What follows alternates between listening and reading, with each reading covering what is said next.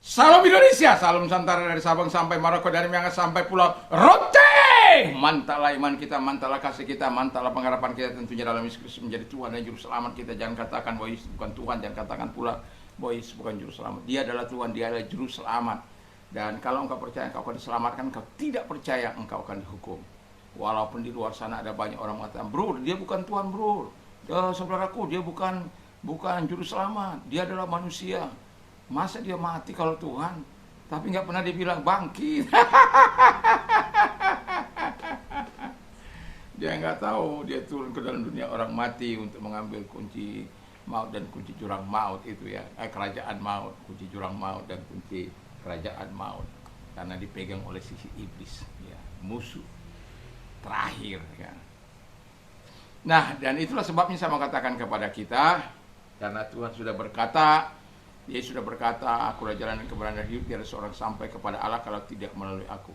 Dan keselamatan tidak ada dalam siapapun juga selain dalam Dia yang memberikan kekuatan. Selain di dalam Dia yang beri dan keselamatan tidak ada dalam siapapun juga selain di dalam Dia, Yesus Kristus. Karena di bawah kolong langit ini tidak ada nama lain yang diberikan kepada manusia yang olehnya kita dapat diselamatkan. Dan saya mau katakan juga, karena begitu besar kasih Allah akan dunia ini, sehingga Ia mengaruniakan anaknya yang tunggal supaya setiap orang percaya kepadanya tidak binasa melainkan beroleh hidup yang kekal. Mantap! Pilih Yesus, kau mendapat hidup yang kekal. Puji nama Tuhan. Dan doa dan harapan saya, kekuatan firman, kekuatan iman, kekuatan doa, kekuatan Roh Kudus, kekuatan firman menyertai kita. Dan semoga di pagi ini sebelum kita beraktivitas, kita mau mendengarkan firman Allah sehingga kekuatan firman akan terus menyertai kehidupan kita. Puji nama Tuhan.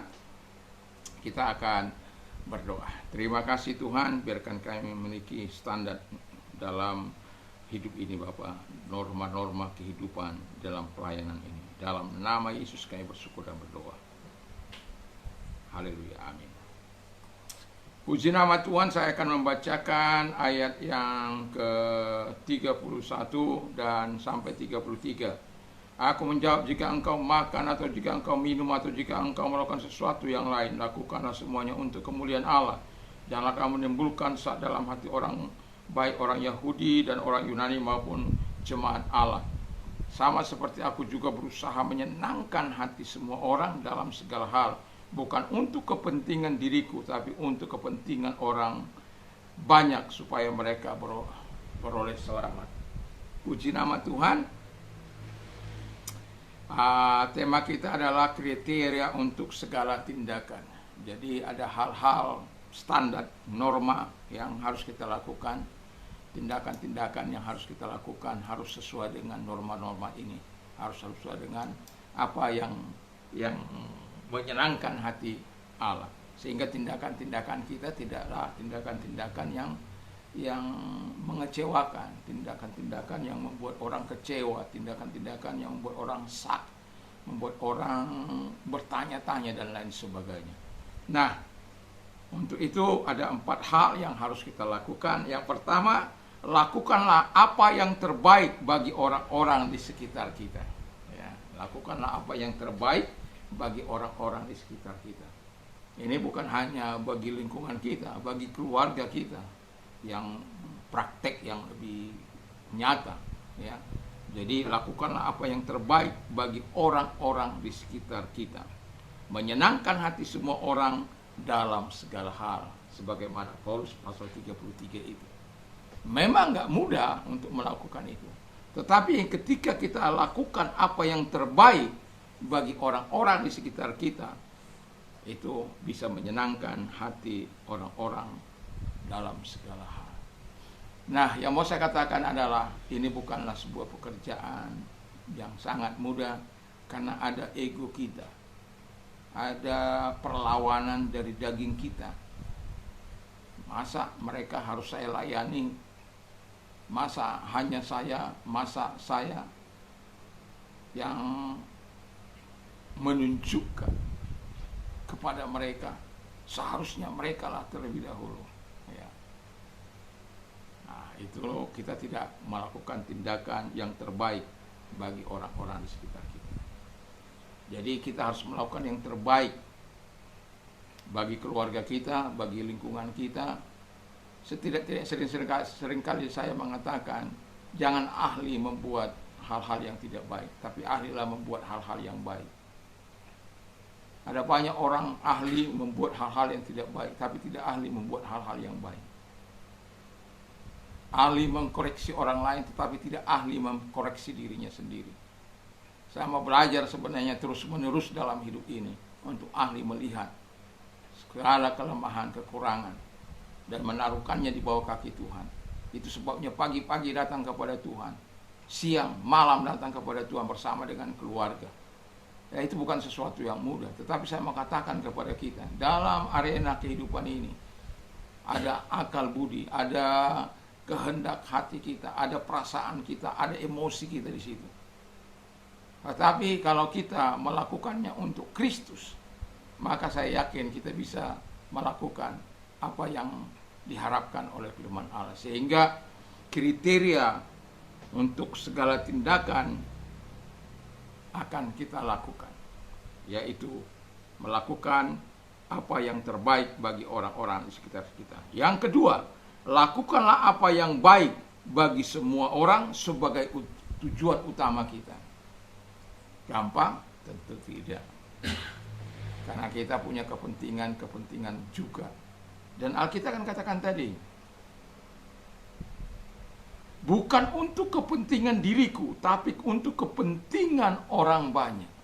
Ya, dia lebih mengutamakan, Paulus ini lebih mengutamakan kepentingan orang lain daripada kepentingannya. Jadi melakukan apa yang baik bagi semua orang sebagai tujuan utama kita. Kalau anak berpikir bagaimana menyenangkan orang tua berpikir bagaimana menyenangkan sesama, dan semua anggota keluarga hidup untuk melakukan apa yang baik sebagai tujuan utamanya. Apa enggak hebat rumah tangga itu? Apa enggak luar biasa rumah tangga itu? Tapi tidak semua orang bisa berpikir seperti apa yang kita pikirkan. Tidak semua orang bisa berbuat seperti apa yang kita perbuat. Tapi kita harus menunjukkan teladan, mempush mereka, mendorong mereka untuk terus melakukan yang terbaik dan melakukan yang baik dalam kehidupan mereka sebagai tujuan utama. Jadi kalau tujuan yang baik sebagai tujuan utama kita, kita tidak akan pernah lelah.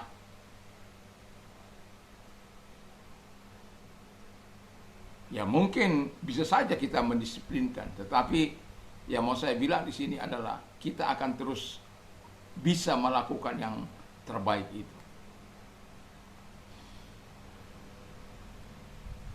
Lalu kemudian kata firman Allah, itu yang kedua, yang ketiga, lakukan dengan dan kembangkan sebuah sikap pelayan yang menyenangkan hati Allah. Nah, ini yang tidak kalah penting, ya. Jadi standarnya itu, normanya itu, ya, patokannya itu, bagaimana bisa menyenangkan hati Allah. Yang baik harus diterangkan sana. Yang terbaik harus kita lakukan untuk menyenangkan hati Allah. Sehingga tidak ada satu tempat atau satu celah atau satu sudut untuk mengambil celah di mana untuk kepentingan diri kita. Ini tidak mudah, tetapi bukan tidak mungkin.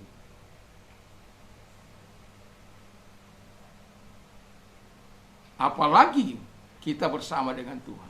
Kalau Paulus memberikan peringatan kepada kita dan memberikan teladan, itu sebabnya kalau kita lanjutkan ke ayat yang ke-11, pasal 11, 1 Korintus 11 ini, ikutlah teladanku sama seperti aku telah mengikut teladan Kristus.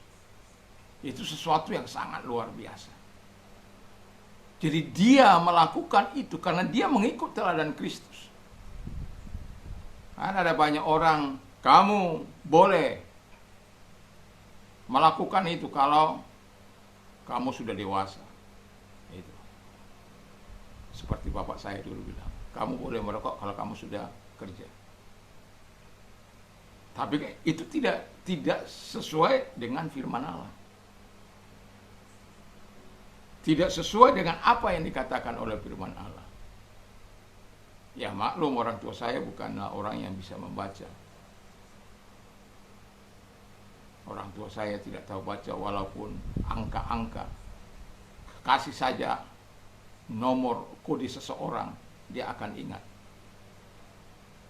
Dan itu nggak bisa ditipu. Misalnya orang ini berhutang sekian gitu ya, kodenya nomor sekian. Itu nggak akan pernah dia lupa itu, kode itu dan orang itu. Ya kadang-kala kita nakal. Disuruh nagih, terus orang itu kasih sekian, lalu kita kita bilang nggak ada dikasih. Nanti kan banyak itu. Ya.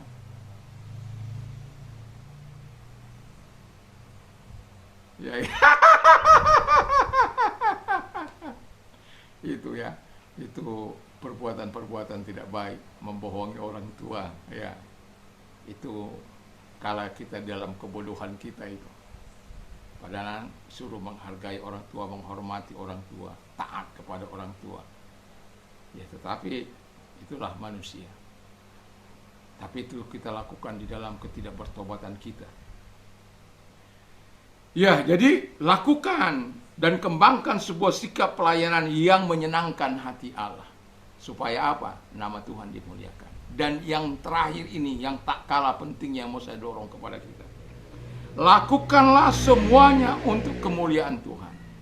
Jadi apa yang kita lakukan menyenangkan hati Allah, melakukan yang terbaik sebagai tujuan utama, lalu melakukan yang terbaik bagi orang-orang di sekitar kita, itu kita lakukan tujuannya hanya untuk kemuliaan Tuhan.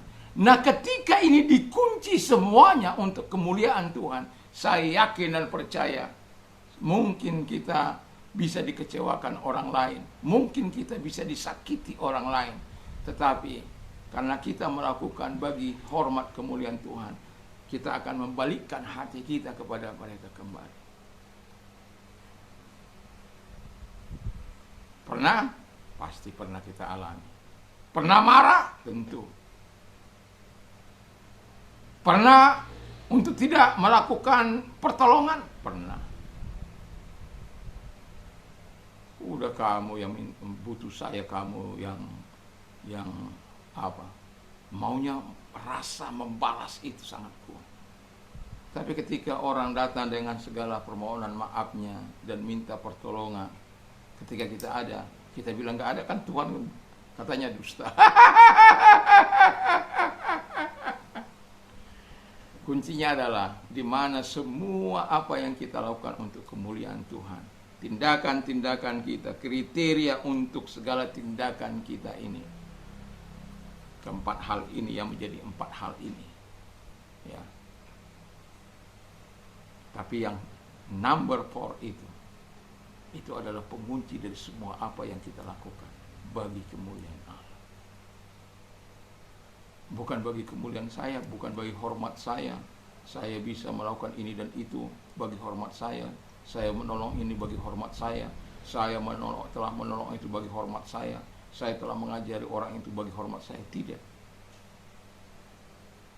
Makanya Paulus katakan, semuanya aku lakukan demi keselamatan orang banyak. Jadi kalau itu demi keselamatan orang banyak, apalagi yang tidak bisa kita lakukan.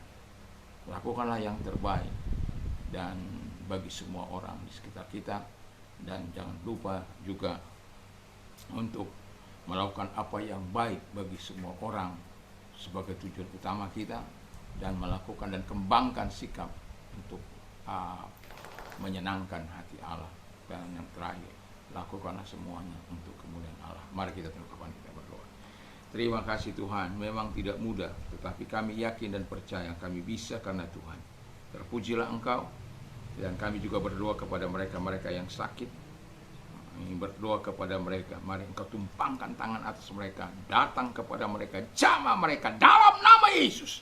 sembuhkan mereka dari segala sakit penyakit mereka, karena Engkau firman-Mu yang berkata, usir setan-setan, lenyapkan segala sakit penyakit dan kelemahan dalam nama Yesus kami. Lenyapkan segala sakit penyakit dalam hidup mereka dalam nama Yesus Kristus. Terima kasih, kami bersyukur, kami berterima kasih kiranya Tuhan membungkus kami semuanya dan menolong mereka dengan kuasa kesembuhan dalam nama Yesus. Haleluya. Dan kalau engkau mengalami beban berat, saya mau berdoa bagimu, kiranya Tuhan mau menolong engkau dan datang kepada Dia, karena Tuhan yang mengatakan, marilah kepadaku hai kamu yang letih dan beban berat, aku akan memberikan kelegaan bagimu. Kalau engkau datang, Tuhan berikan kelegaan. Dan kalau engkau orangnya, angkat kedua belah tanganmu, mari kita berdoa. Tuhan, lihat tangan yang diangkat kepadamu dan mereka menyerahkan diri kepadamu. Datang sebagaimana janji-Mu, Engkau akan menguatkan dan akan menyenangkan, akan melegahkan mereka. Lakukan itu Bapa di surga dengan menjawab menjawab kebutuhan-kebutuhan, masalah-masalah mereka, kesulitan-kesulitan mereka yang mereka alami. Dalam nama Yesus, haleluya. Terima kasih buat pertolongan-Mu, terima kasih buat kebaikan-Mu. Kami berdoa dalam nama Yesus, haleluya. Amin.